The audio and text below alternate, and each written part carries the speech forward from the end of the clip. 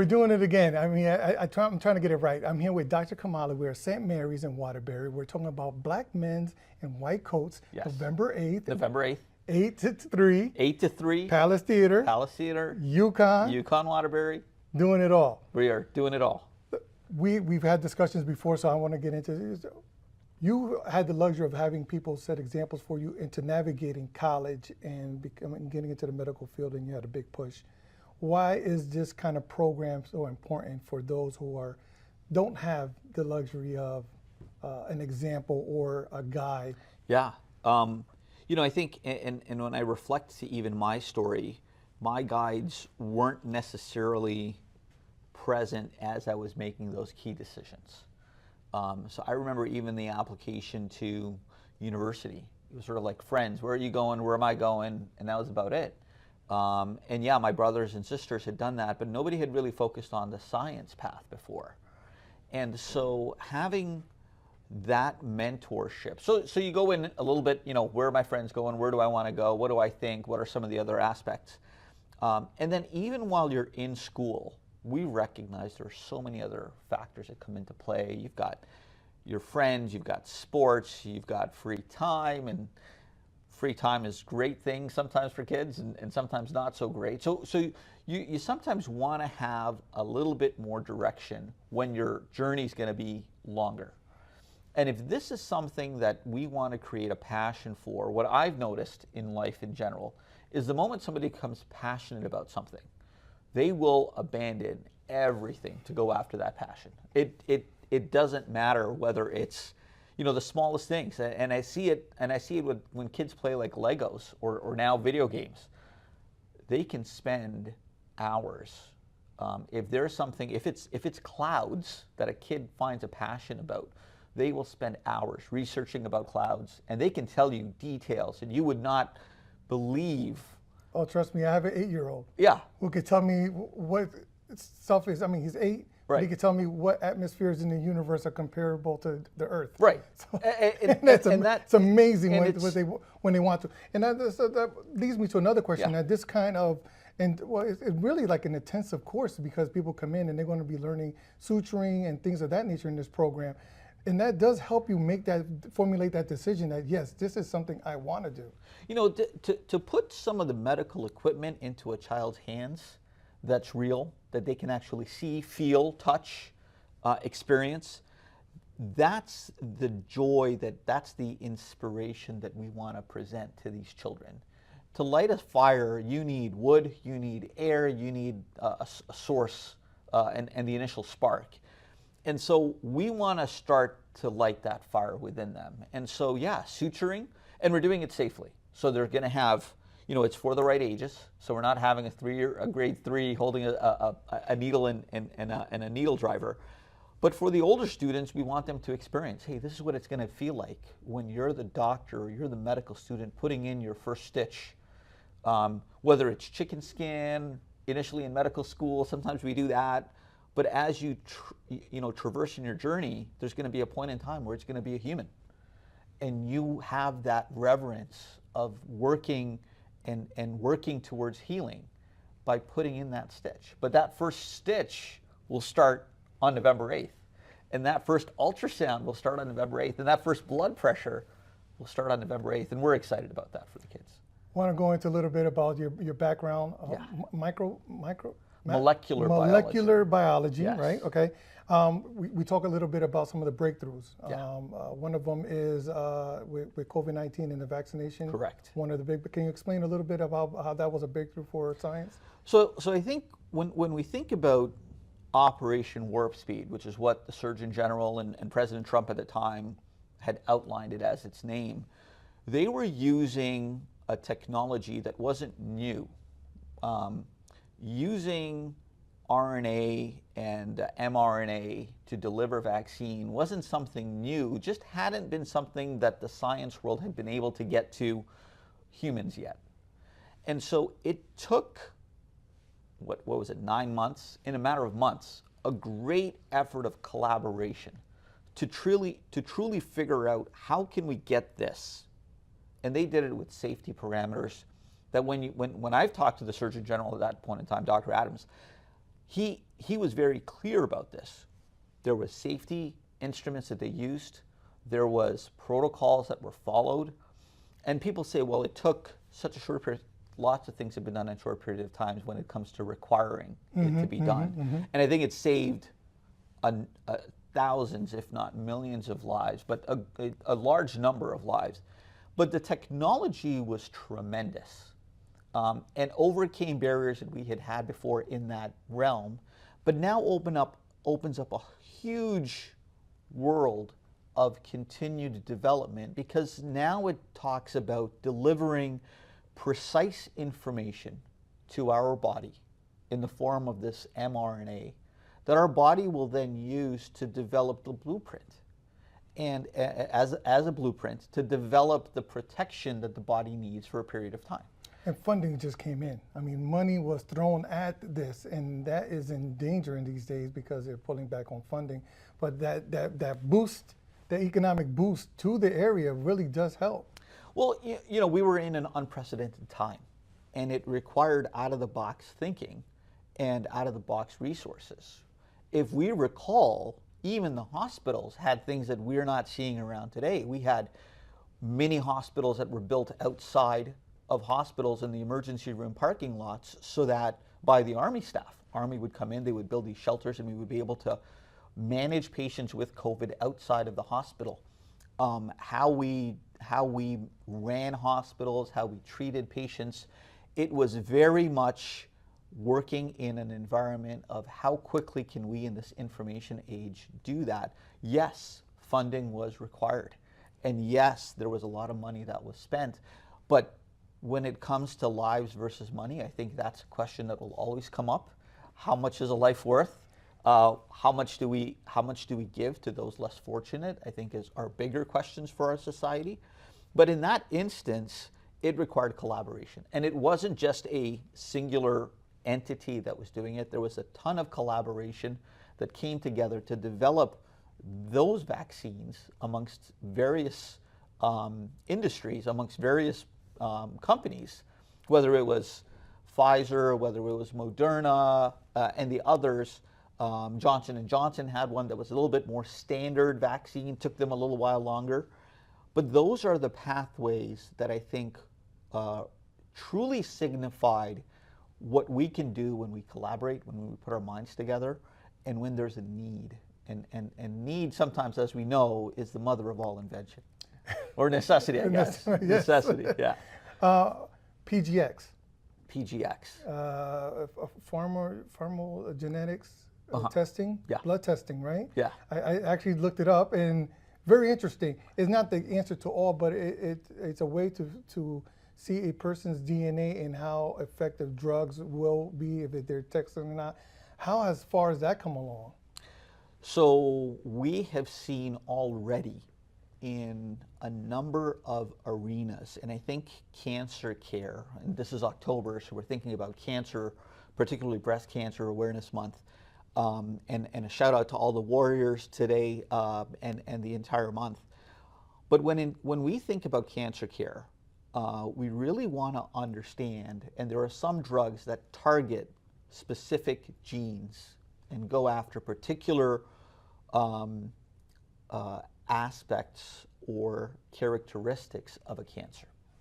So in the past, when we think about chemotherapy, we think about, giving a patient these medications that wipe out a whole slew of different things. And so we do this in a manner that takes away not only the bad cells that are rapidly dividing, but other cells that are also rapidly dividing. So people lose their hair and so on and so forth. The new drugs that we use now, we actually take the cancer and we test the cancer to see, do they have the characteristics that this drug will be able to target?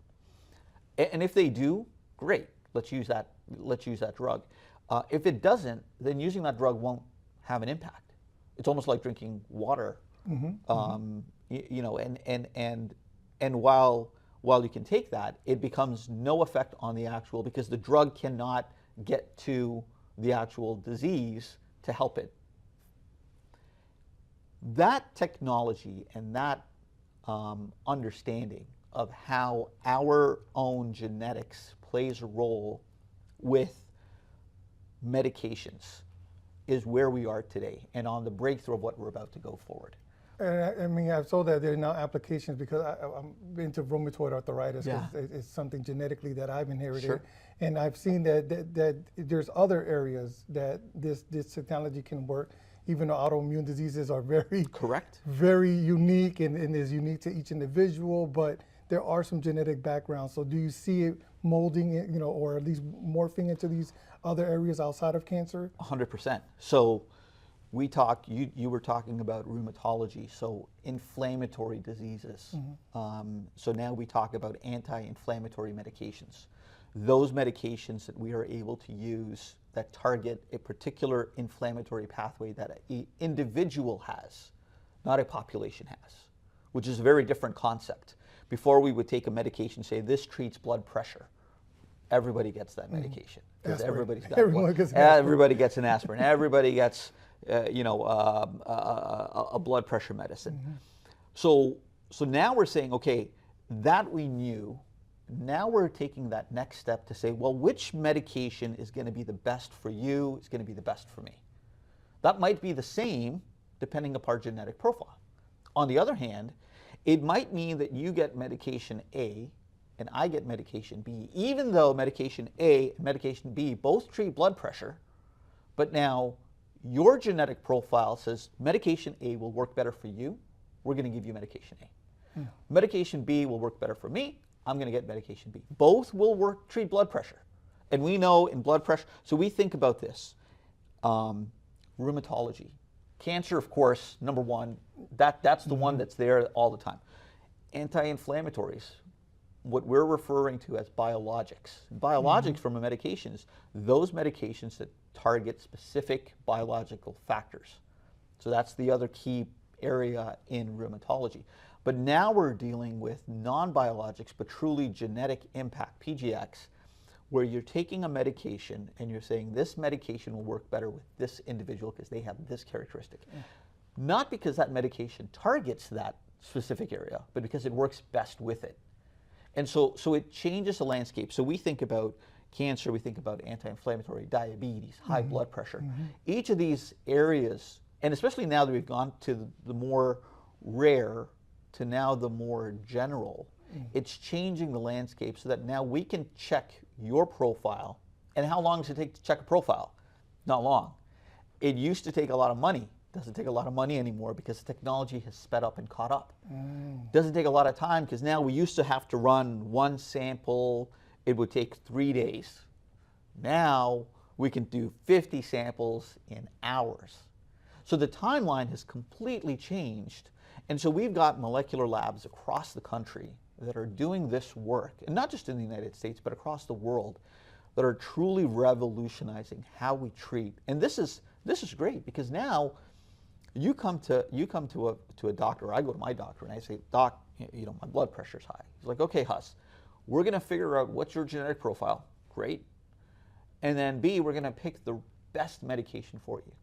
It's not just going to be, well, you come with me for high blood pressure and diabetes, I'm going to write you a script and here you go. And it's the same for everyone. No. We know everyone is different. Let's use smarter medication to get there. You're an executive at a hospital, Yes. St. Mary's. Let's talk about some dynamics at the hospitals because we see now an influx of ER visits that we haven't seen in a while. People started partying hard, went back. They started the YOLOing. Yeah, that's what the kids call the YOLO. I guess so. Yes. But now you're seeing an influx of ER people coming in for the ER. Number one, what when they're choosing to come to the ER versus urgent care, what are some things that I have to keep in mind? And number two, what are you doing for ER stays, trying to get them to a hospital bed? And what's your average? Not to pick on you, but what's your average stay in the ER to get a room? I mean, yeah, that's a tough. It's a tough equation, and the first thing I think people have to recognize is the emergency rooms across the United States are open for everyone. So we cannot, if somebody walks in our doors, we're not going to turn them away to say you're not sick enough to come to our emergency room. That's something that we are not allowed to do. So if you're deciding to come to the emergency room, we're going to keep your doors open. Our doors are always open, whether it's our hospital, any hospital across the United States. I think we have to recognize that not everything is an emergency. And in today's world where it's YOLO or whatever the term might be, where we want instant gratification, it's not always the case in medicine. Medicine remains to be a very thoughtful, very process-oriented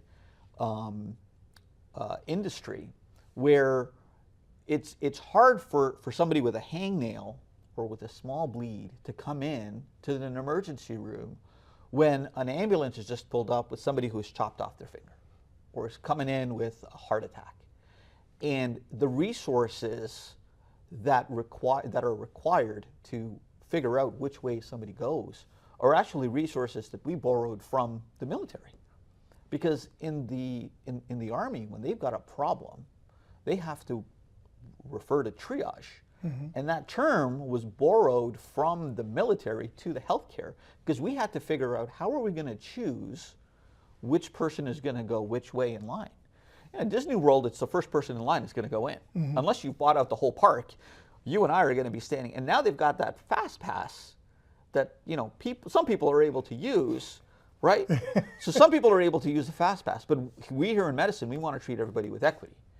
So we don't have a fast pass system, but this is where we need to use our resources a little bit better. If there's something that is truly bothering you, and you're thinking it's a larger issue, something that has happened immediately, not something that has been going on for a couple of days, a couple of weeks, a couple of months even, I think that timeline is one of the things that are in my mind, how I change my mindset about whether I'm going to go to the emergency room or whether I'm going to call my doctor. So if something happened right now, I fell, I hurt my leg, I can't stand anymore, right? I fell, I hurt my leg, something's wrong right away. My chest is hurting me right away. I can't swallow. My speech has been slurred. Those are 911 calls. Those are, don't stop to think, well, maybe this will go away. There are things that... Heat exhaustion. Right? Just shoveling snow. Shoveling snow. So we're about to enter into that area where people are going to go shovel snow and be surprised that all of a sudden my chest hurts. I can't breathe well. Well, that's an indication that there's something going on. So we have to become more attuned to our own bodies. But if something's been going on for a few days, like this is ongoing, that might be the opportunity to call your doctor and say, hey, this has been going on. And your doctor can sometimes, and this is the reason why it's important to get a primary care physician, because sometimes that doctor on the phone is going to be able to tell you, I need to see you, or you need to go to the emergency room right away, right? Yep. So that physician on the phone can also direct you. Now, if you walk into an urgent care and the urgent care is looking at you and says, you need to go to the emergency room, they're also going to be able to help make that quicker. Because now it's a different physician that's calling your emergency room to say, I'm sending somebody in. And so I think there is a certain amount of education that we need as a society to try to understand those pieces. To me, and it's hard to do on a quick conversation. But the biggest thing for me is how acute are we talking about? And if it's something that has happened within the last, like instantaneously, absolutely, 911, bring him in. But if there's been something that's been lingering for a month, a year, feel free, I think, to call your primary care physician, see what they're, and yeah, it'll take a little bit of time maybe to get in to see them, but they recognize that we need to see you earlier. Now for us here in the emergency room, the second part of your conversation, we're working hard. Because I think when a person arrives at the emergency room, our goal is to not have them wait. So our goal is to make sure we have mobilized all resources to be able to manage those patients quickly and in a timely manner to get them out of the emergency room for two reasons. Number one, the next person who walks in the emergency room might be that one that needs more care. True. So we need to move patients through. The second one is nobody wants to wait. Nobody wants to wait.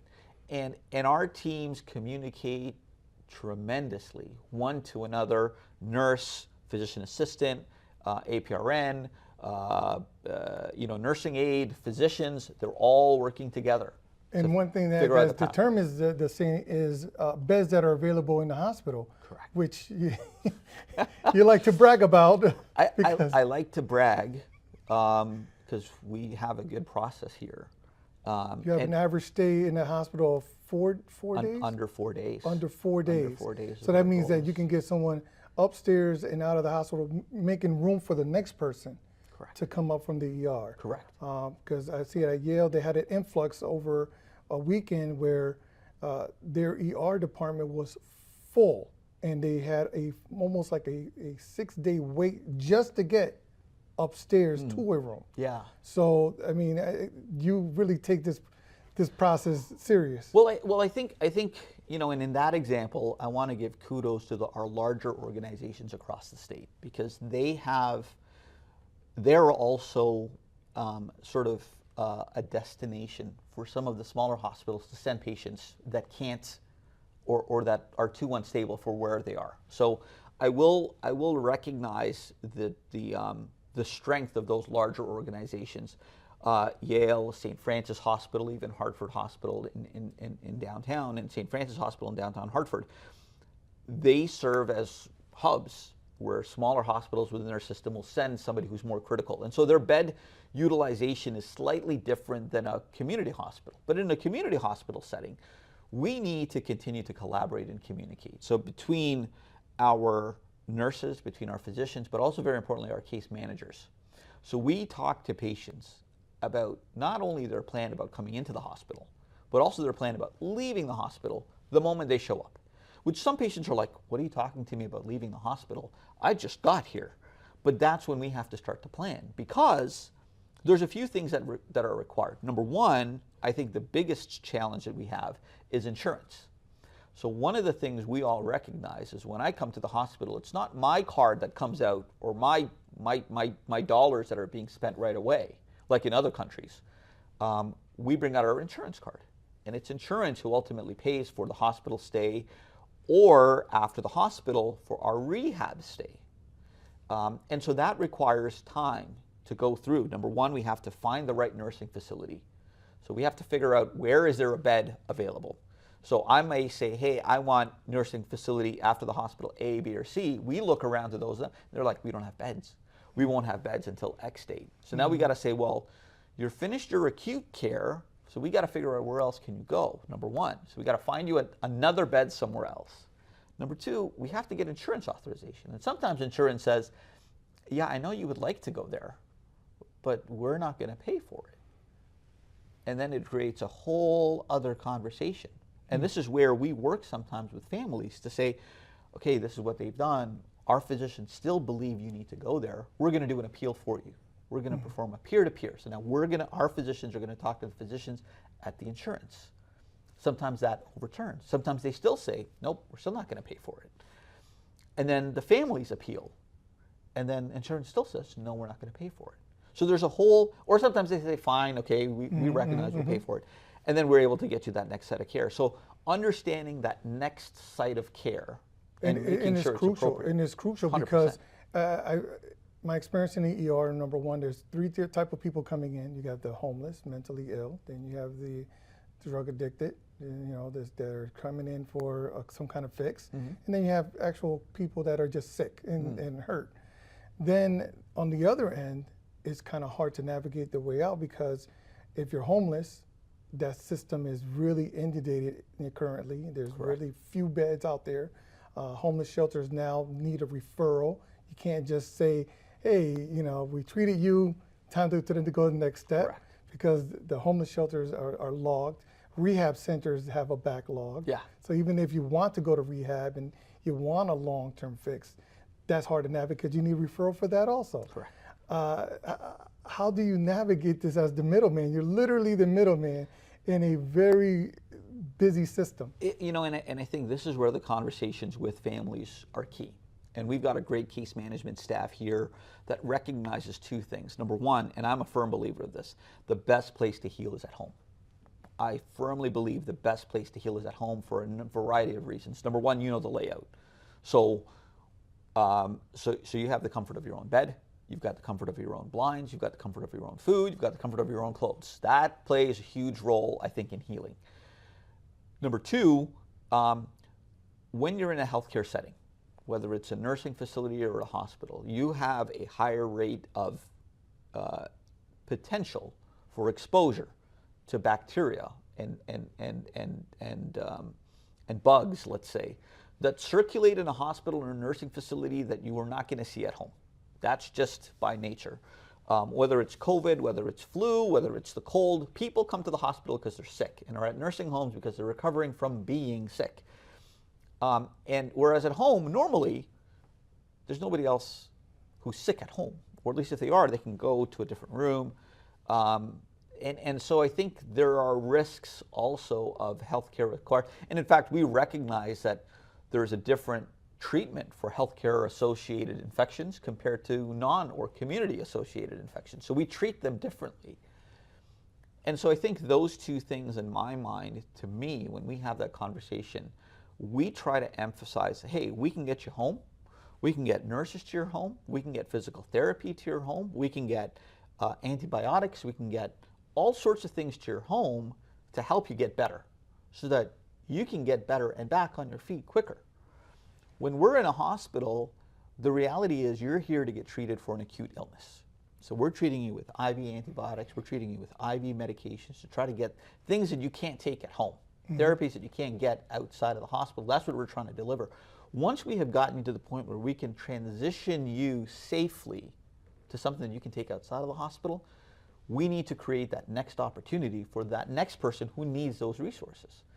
And so it's that discussion, and we can do, in today's world, you can do a lot from home. There are people who've never set foot in a bank. They can do all their banking from the comfort of their own kitchen. True. And so we want to provide that same service, and we've got great partners to do it as well.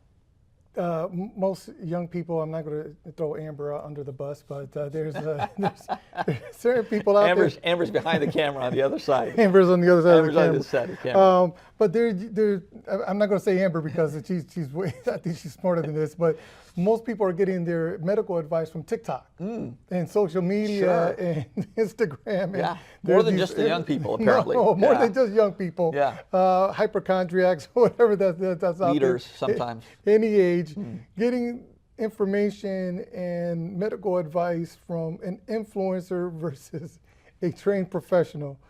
How do you see that working in society, the dangers, or is it beneficial at any level?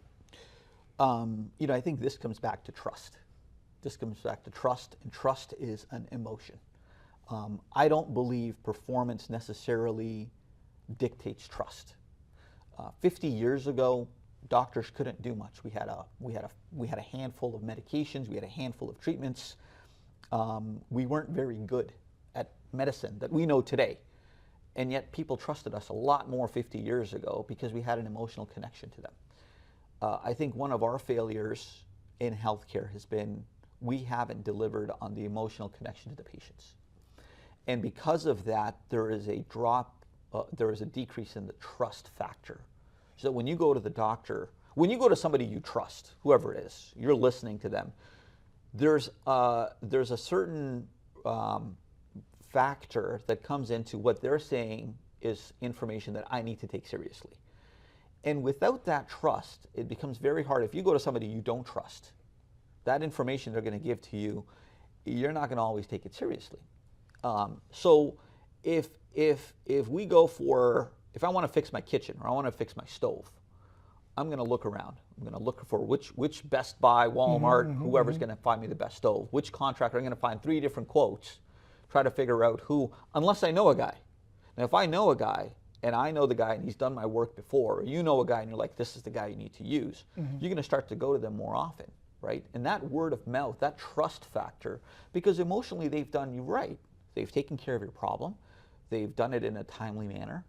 They've done it with a way of communicating with you that's open, and that creates that trust factor.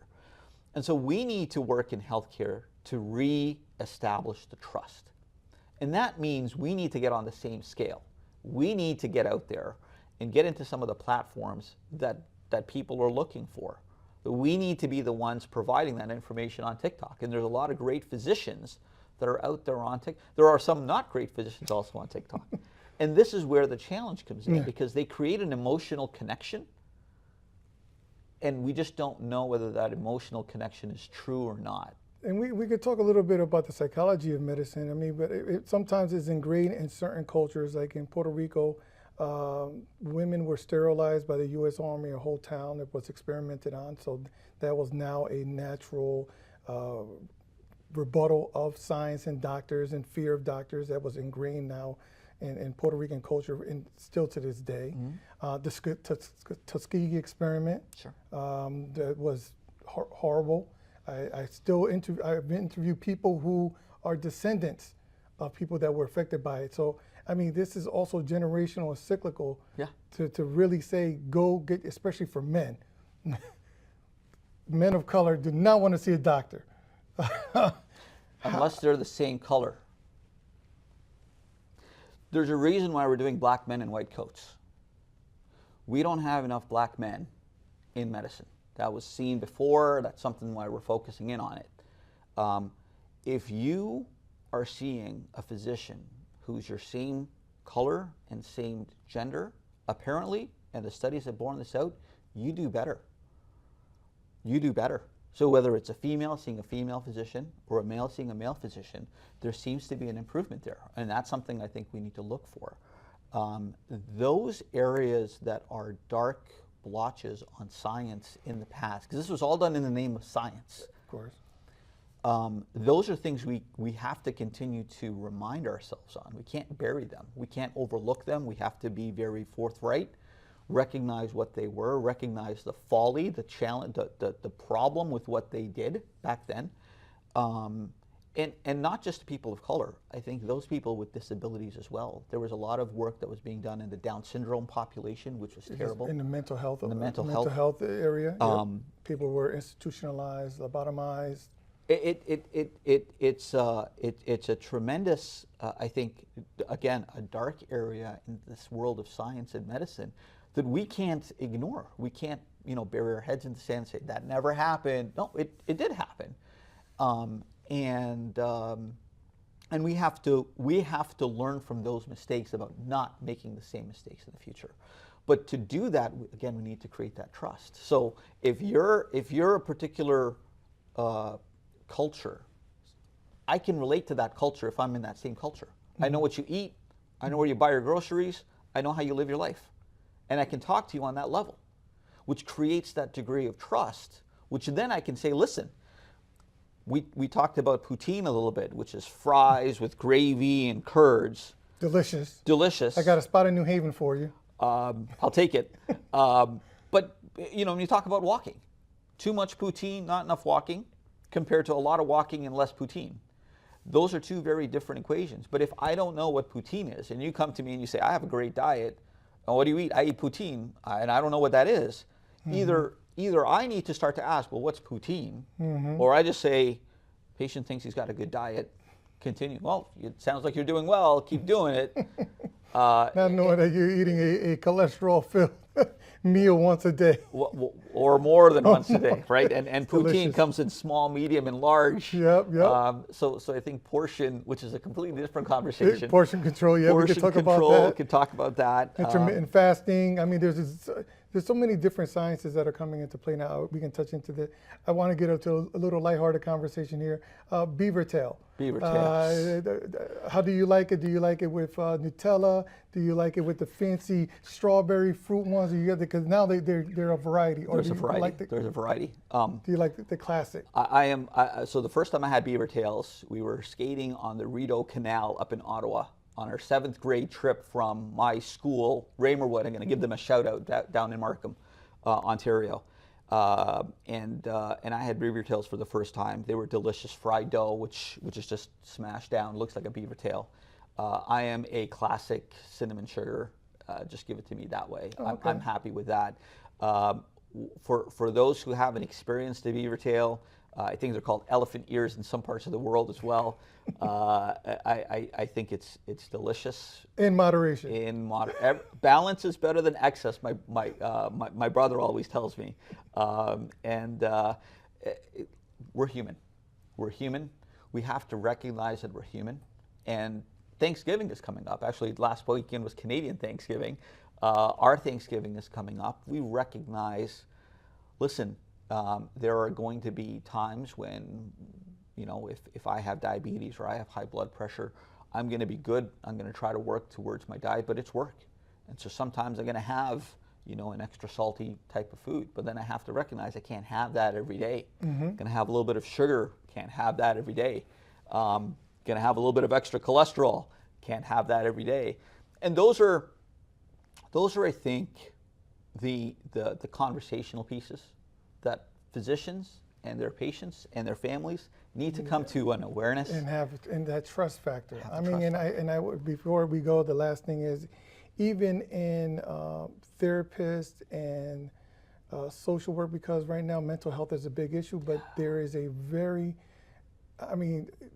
it's detrimental to our culture that there are not enough black and brown therapists in the system for someone to talk to, even though right now there's just not enough therapists to begin with. And that is probably one of the longest waits I see now, that people are waiting 6 months to talk and meet with a therapist that is like vetted. I mean, you can go to ThriveWorks and all these other things, but they're usually not as experienced. They're usually college people coming right out of there.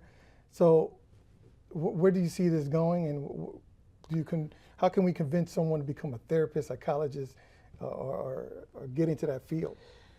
I think when we think about mental health, there's a quote I saw somewhere that there's a person sitting at a stream without a phone that doesn't know that the world is falling apart. So I think the anxiety production that is within our phones on a day-to-day basis, where we're getting pinged about everything that's happening everywhere all the time. My endorphin fix. I can't wait to touch my phone right now. He's talking about. Right. I'm the same way, and I get told about it at home all the time. But I think it's part of that. We're getting inundated with information. We need to figure out a way as a society to understand social media and its impact more. But to your question, I think it's a challenge. I think we have to figure out who are the best resources that are going to be able to provide. There are a lot of them right now.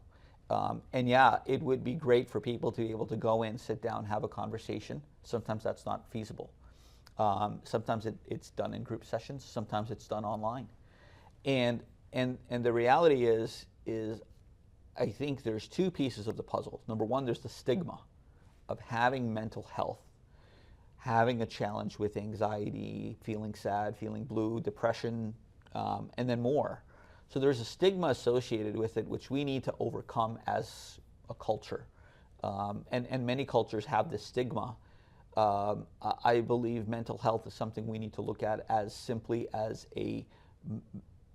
simplified a little bit more, because it's mystified. It's this area that we're not quite sure about. It's more than something you can touch and feel. It's something that's within somebody's thought process, and that's odd. So I think we need to remove the stigma, and that will then allow us to say, yeah, I'm going to a provider to help me with X, Y, or Z, and then you're more comfortable. If I got a cut, and I pick up an app these days, and I'm like, oh, my finger hurts. Click, click, click. It'll tell me, or I can connect with the doctor online, and I have no problem with that. But if I'm feeling anxious, for some reason there's a stigma. Well, why can't I connect with the same way? So I think we have to normalize mental health a little bit more, so that we start to treat it as a very important medical condition that needs management. We have two things going on here: trust and shame. I think shame. We grew up in these households where you can't show emotion, and you can't show that you're in pain. You got to suffer in silence on both and physically and mentally. And these are really things that we have to break away from, and it's very difficult. But both are detrimental, and I think that, like you touched on, that we have to be more in tune with who we are and what we need, and be able to express it immediately and not wait a year Well, before? you know, I think we again we are working towards rebuilding resiliency, and resiliency doesn't mean that you don't show emotion, doesn't mean that you're not afraid, doesn't mean that you're not in pain. Resiliency means I recognize I'm in pain, I recognize that I'm afraid, but it's not going. I'm not going to shut that down. I'm not gonna become paralyzed. I'm going to take that next step. Sometimes it takes one step. I'm going to take one step. Okay, I've taken one step. Now I'm going to take the next step. You know, and it's like, you know, as a goalie when I played hockey, the first thing you got to overcome is the ball hitting you or the puck hitting you, because you have to recognize there's a trajectory that's about to hit me, and I got to trust that my equipment is going to stop that. The moment you overcome that fear, you can stop anything. And it doesn't matter. And you'll see goalies that are fearless. They will jump in front of everything. And it's a very similar reaction time to a forward or otherwise, but it's a very different, because the goalie's got all this equipment around them. So we need to build, I think, in ourselves a little bit more equipment around us. We need to learn how to do that more than we have in the past. And I think the way that we do that is we talk to people. We like use our voices, not our fingers. And being active listening, which is one of the new terms. Yeah. Active listening, which is, I don't know where that comes, but I just see that, I see doctors doing that more. You touched on that a little bit in our previous conversation, in which doctors, instead of selling themselves and all the greatness that they can do, and they just, you know, but doing more just listening to what the patient, what is concerning them. You know, we're starting to recognize a term called patient-related outcomes. Patient-related outcomes and those measures that go along with them. That's when a patient tells me I'm not feeling well. What is that? Well, what are you feeling? So objectively, I will measure your blood pressure. I will measure your weight. I will measure your height. I will measure how much oxygen you're breathing. All of these numbers. And I'll look at the numbers and say, your numbers look fine. Well, the patient, I'm not feeling fine. So I have to listen. I can't simply look at the numbers. Well, yeah, the numbers look fine. That's great. But then how's the person sitting in front of me? And I think this is where physicians and systems are truly understanding patient experience. And the patient experience and what patients are saying matters tremendously. And it's not a knock to a physician when a patient comes in, even after, you know, a shoulder surgery or a knee surgery or hips or a heart surgery or whatever it is, they come back and say, I'm not feeling well. You know, you're taking a medication. And I think this is a prime example, and I'm an internal medicine physician, so I'll give a patient a medication, say, I want to see you back in 3 months. Tell me how you're doing. And they come back and they report, I'm not feeling well, or the medication makes me upset. And I think a simple example is an iron pill. So you take an iron pill, and it makes you feel upset. Like it hurts your stomach, it makes you nauseous. And we have to be able to recognize, yeah, we're treating something with iron, but then some people can't tolerate it. And I have to listen and I have to hear that. Because otherwise, in 3 months, when I check your iron levels and they're still low, I'm going to be like, well, wait a second, I gave you the medication. You said you were taking it. Well, I'm not taking it as much as I should. And then we have to talk about, well, when are you taking it? How are you taking? What are strategies that I can do to help you overcome those things? Side effects, I think, are a conversation that doctors want to shy away from. We have to embrace that because it's important to the patients. And they're like, well, what about this side effect? Well, it's just 1%. Don't worry about it. I don't know that we can simply write that off. Maybe we've got great trust. Don't worry about that one. But they want to learn. And we're educators. We're lifelong learners as physicians. We have to be lifelong educators. And I think this is where that we as systems have a number of complicating factors that we need to think about. But this conversation about patient-related outcomes, and in heart disease is one area that we're going to continue to focus on. Definitely in knee replacements, hip replacements, that's already becoming a regulation that we need to focus in on. I don't patient-related want to get into outcomes. that area because they told me that even if you get it replaced, it only lasts 10 years. The 10-year lifespan on a replacement, I mean, is it really worth it? I mean, it's just... Sure, but people, but you know, and, These are and just, like, I guess these are the conversations that you need. you This need, is you need to tough. have. Right, and you know, it's funny.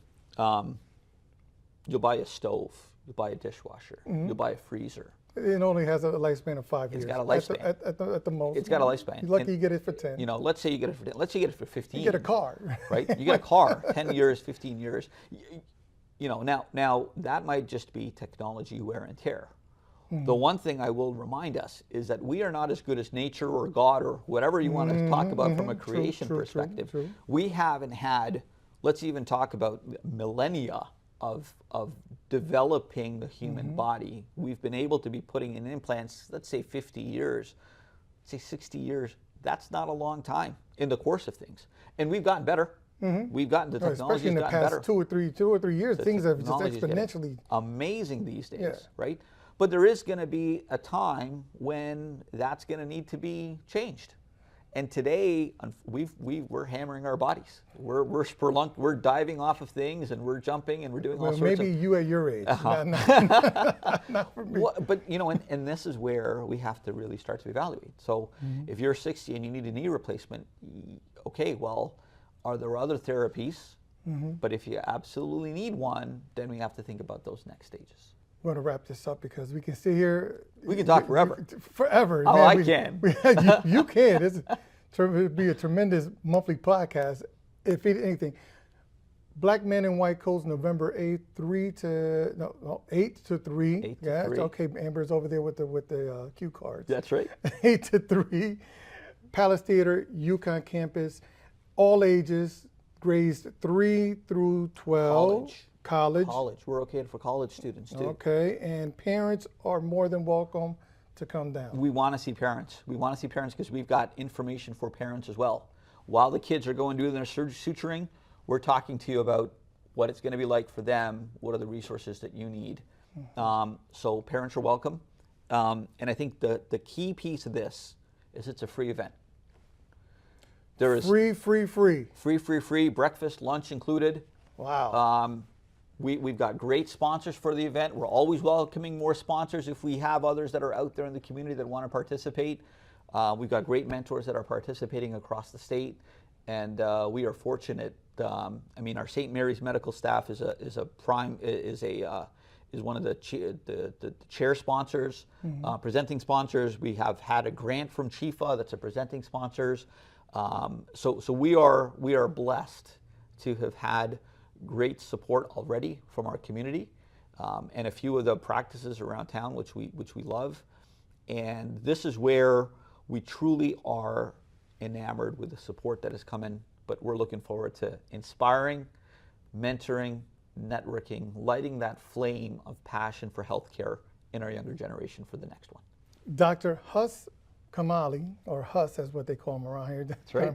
Thank you so much for your time. My pleasure. Thank you so much I for look having forward me. to the program. I got my daughter ready to enroll, so Excellent. We're ready to go. Can't wait to see her. All right. Thank you very much, everyone. You already know what to do. Like, subscribe, and comment, and please share. And if you know someone who's interested in being a doctor, Black Men in White Coats, November 8th.